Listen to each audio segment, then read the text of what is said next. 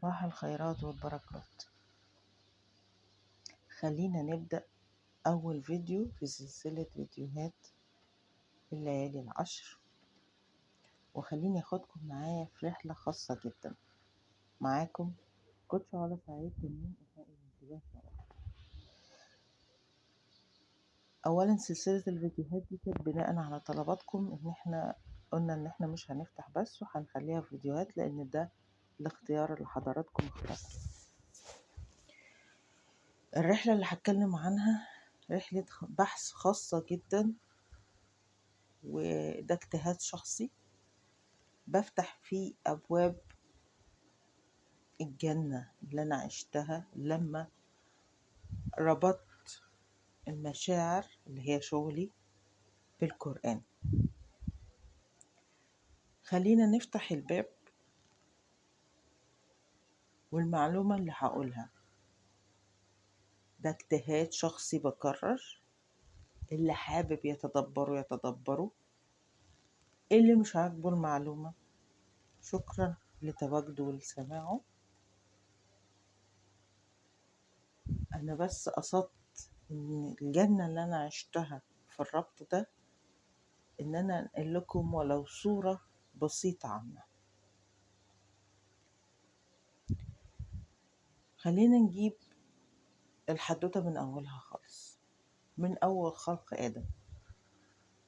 آدم من طين لازب، اللي هو اجتماع الماء والصلصال.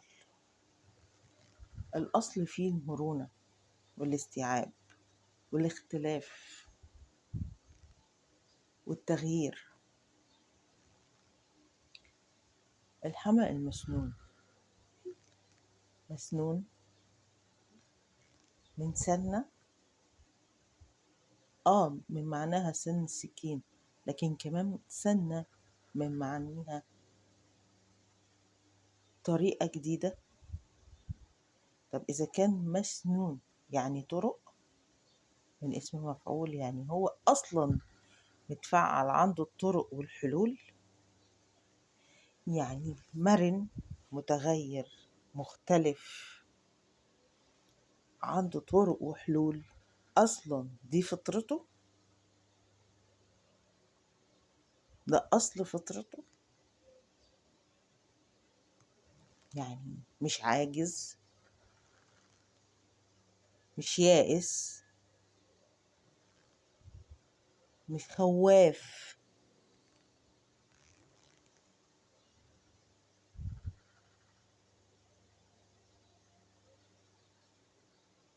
طيب، ووضعت فيه من روحي. لو ضربنا مثل علينا إحنا البشر، ولله المثل الأعلى،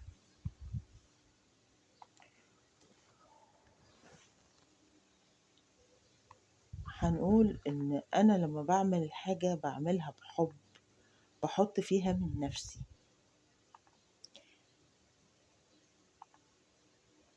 طيب، ولله المثل الأعلى لما يكون هو حاطط فينا إحنا كبشر من روحه، يبقى أي حب اللي بنتكلم عنه، يبقى الله خلقنا من حب شكله عامل إزاي، وهو بيحبنا حب عامل إزاي. أكيد حب مش عادي ولا إحنا نعرف نوصفه. يعني الأصل فينا الحب، يعني الأصل فينا الشعور. طب لما اتكلم عننا اللي خلقنا اننا خليفة، يعني خليفة بمعنى الملك، الجاه، ولا بمعنى الاختلاف، ولا بمعنى يخلف بعضه بعضا، ولا بمعنى ان احنا بننوب عن الاله على الارض؟ هو احنا فينا مزيج من كل ده.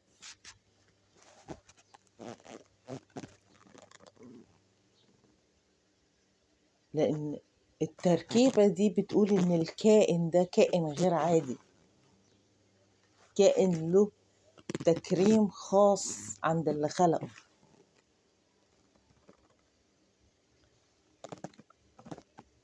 ده مش مهمته عادية. وهو لما جه في الجنة، والجنة في تقديري واجتهادي مش الجنة اللي هي اللي في الآخرة، لأ، لكن جنة داخلية خلاف الجنة الخارجية كمان، لأن هو ما كانش بيشوف فيها سوءته، ما بيشوفش فيها ما يسوءه، ما بيشوفش فيها عيوبه، ما بيجوعش ولا يعطش فيها.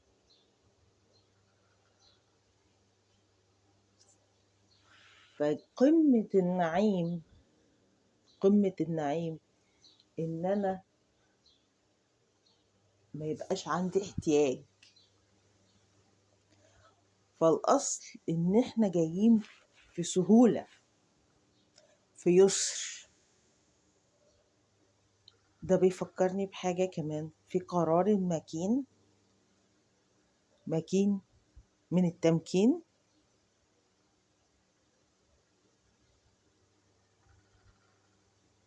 يعني إحنا أصلا جايين ممكنين، يعني عندنا الحلول والتغيير والمرونة والتمكين،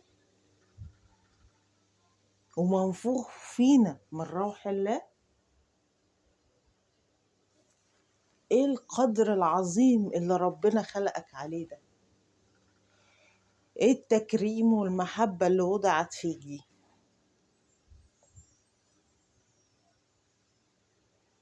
انت لسه مستني اثبات على محبة ربنا؟ انت لسه مستني اثبات على قدرك، على قدرتك، على قيمتك؟ انت مش محتاج اسم، مش محتاج شهادة، مش محتاج نوع، مش محتاج جنسية، مش محتاج اي شيء عشان تعرف بيه ذاتك. انت جاي اصلا مكرم. انت قيمة بلا اي تعريف.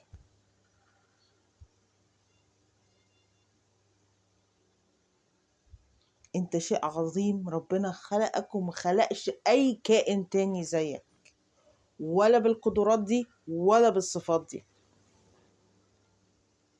ايما كنت في اي مكان، تحت اي تشريع، تحت اي مسمى،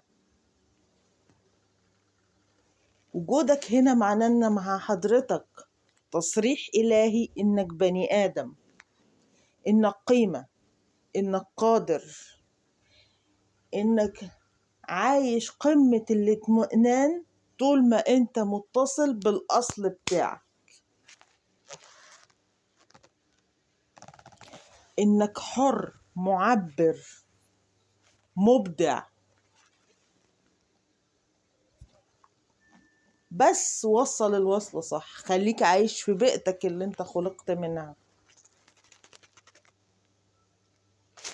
لو السمك بيطلع من المية يموت، والنباتات بتخلع من الأرض تموت، فأنت منفوخ فيك من روح الله. يعني اتصالك الأصلي بمصدرك الأصلي هو الله. طول ما أنت متصل بأصلك، أنت عايش في الجنة اللي خلقت فيها في الأصل. وجزء من العقاب لما ما تتوبش إن أنت تعيش عداوة. يعني الشخص اللي عنده عداوات كتير في حياته، أو بيمشي يعادي الناس بمعنى أدق، اللي بيمشي يعادي ينتبه، هو خرج نفسه من بيئته الأصلية راح فين. ينتبه، انت بني آدم قمة التكريم والمحبة. ارجع لأصلك، عيش في بيئتك الأصلية اللي خلقت عليها.